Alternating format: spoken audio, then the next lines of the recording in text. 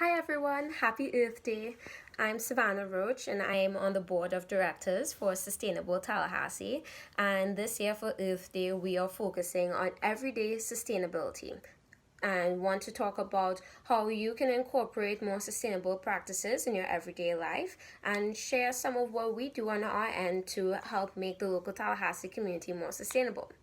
So, today I want to talk about water resources and how water connects with sustainability.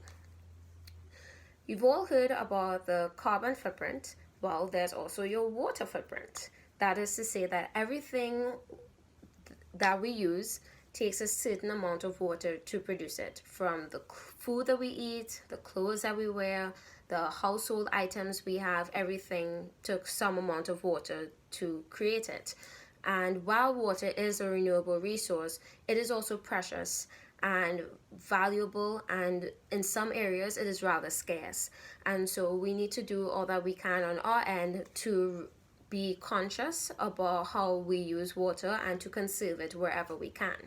So we've all heard about the most common ways to reduce our water consumption, such as taking shorter showers, switching your shower head to a water-saving shower head, taking off the faucet while you're brushing your teeth or washing dishes, or things such as only washing full loads of laundry or waiting until your dishwasher is full before you run it. So all those things will help you reduce your water consumption on a day-to-day basis.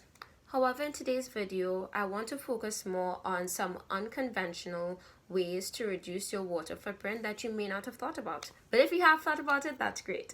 So the first thing that I want to mention is eating less meat.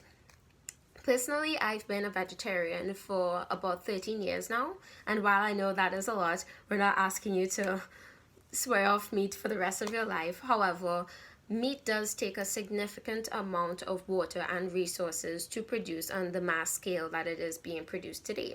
So an initiative such as doing a Meatless Monday could be a great way to reduce both your carbon footprint and your water footprint. For example, the global average water footprint for beef is about 15,400 liters per kilogram of beef. 15,000 liters. That's a lot. And so all meat are not created equally. Different types of meat require different amount of water. So you can have an impact just from switching from beef to chicken. Because chicken, on the other hand, requires 4,300 liters of water per kilogram. So that is significantly less, by about 10,000 liters. So if you were to just switch from beef to chicken, you're already making a huge impact.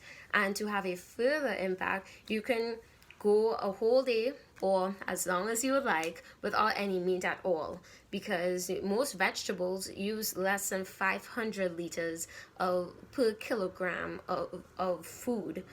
So by switching from meat to vegetables, you're using less water, and it's not only in the water that is spent with producing meat is mainly in the feed for the animals.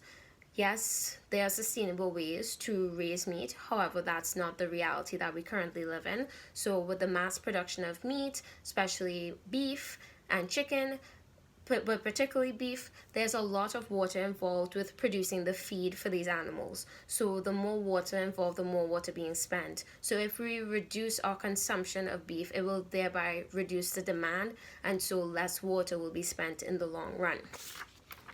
So we hope you consider a Meatless Monday. Another way to reduce your water consumption is to buy secondhand, particularly clothing. According to a study done at the University of California at Berkeley, a typical pair of jeans takes about 1,200 gallons of water to produce. The mass production of clothing is very resource intensive. And so by thrifting clothes, you can keep the resources invested in that clothing item from going to waste and reduce the demand for new items to be made. And so by reducing the demand, you're reducing the amount of water and other energy resources that need to be spent per clothing item. So you can use different resources such as your local thrift stores. You can do a clothing swap with friends or family or any other organization that you are part of.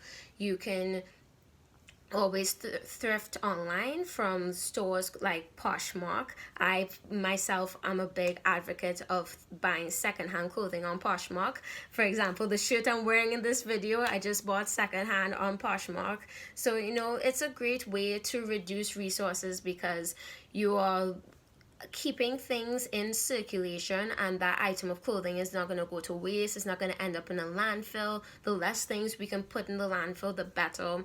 And so we just want to overall reduce the demand for new items to be made. So the next time you think, oh, I need a blouse or I need a new jacket, maybe look into buying it secondhand. You can also get great deals. So not only is it going to be better for the planet, but it's also going to save you some money in the long run. So I highly encourage that.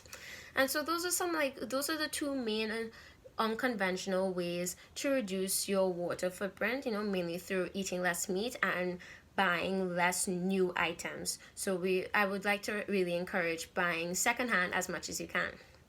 And so now I want to talk about how Sustainable Tallahassee as an organization does its part to reduce our water footprint. For example, our Rags to Bags team is very popular. They produce tons and tons of bags from donated fabric. This is a prime example of reusing old clothes, old curtains, and other fabrics that took a lot of water to produce. Our Rags to Bags are made by donated fabrics. So those fabrics are not going to the landfill. They're not going to end up as trash. They're going to be reused, and in so doing, we're reducing the amount of water being spent on new materials. We don't buy any new fabric to make our Rags to Bags. They're all from donated fabrics. So we want to thank everyone who's donated fabric to us, especially throughout this time, to help us make sewing kits for face masks. And we just want to really highlight that endeavor as it is another way to save water. Another thing that is popular with Sustainable Tallahassee is our Renewable Energy Committee. Renewable energy versus fossil fuels saves a tremendous amount of water. And one of the initiatives on the forefront of our Renewable Energy Committee is our Electric Car Club. Electric cars use way less water than traditional gasoline cars do.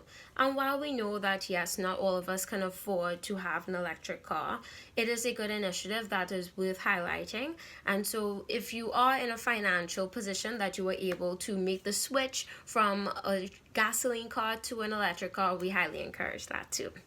And so I just want to thank you for tuning into this video and remind you that Sustainable Tallahassee is an independent 501c3 non-profit organization. We are supported entirely by our membership and community donations. And so we also derive a large part of our fundraising from in-person events like the Lemoyne Chain of Parks Art Festival, which is usually held around Earth Day.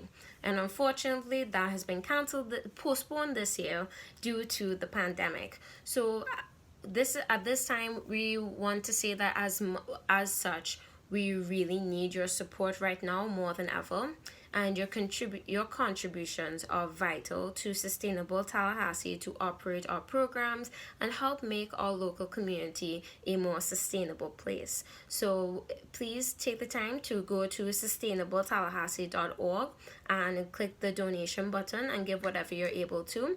And if you can, we would really love for you to consider becoming a sustaining member of Sustainable Tallahassee and give to us monthly. We really appreciate it, and we hope everyone has a great Earth Day. Bye.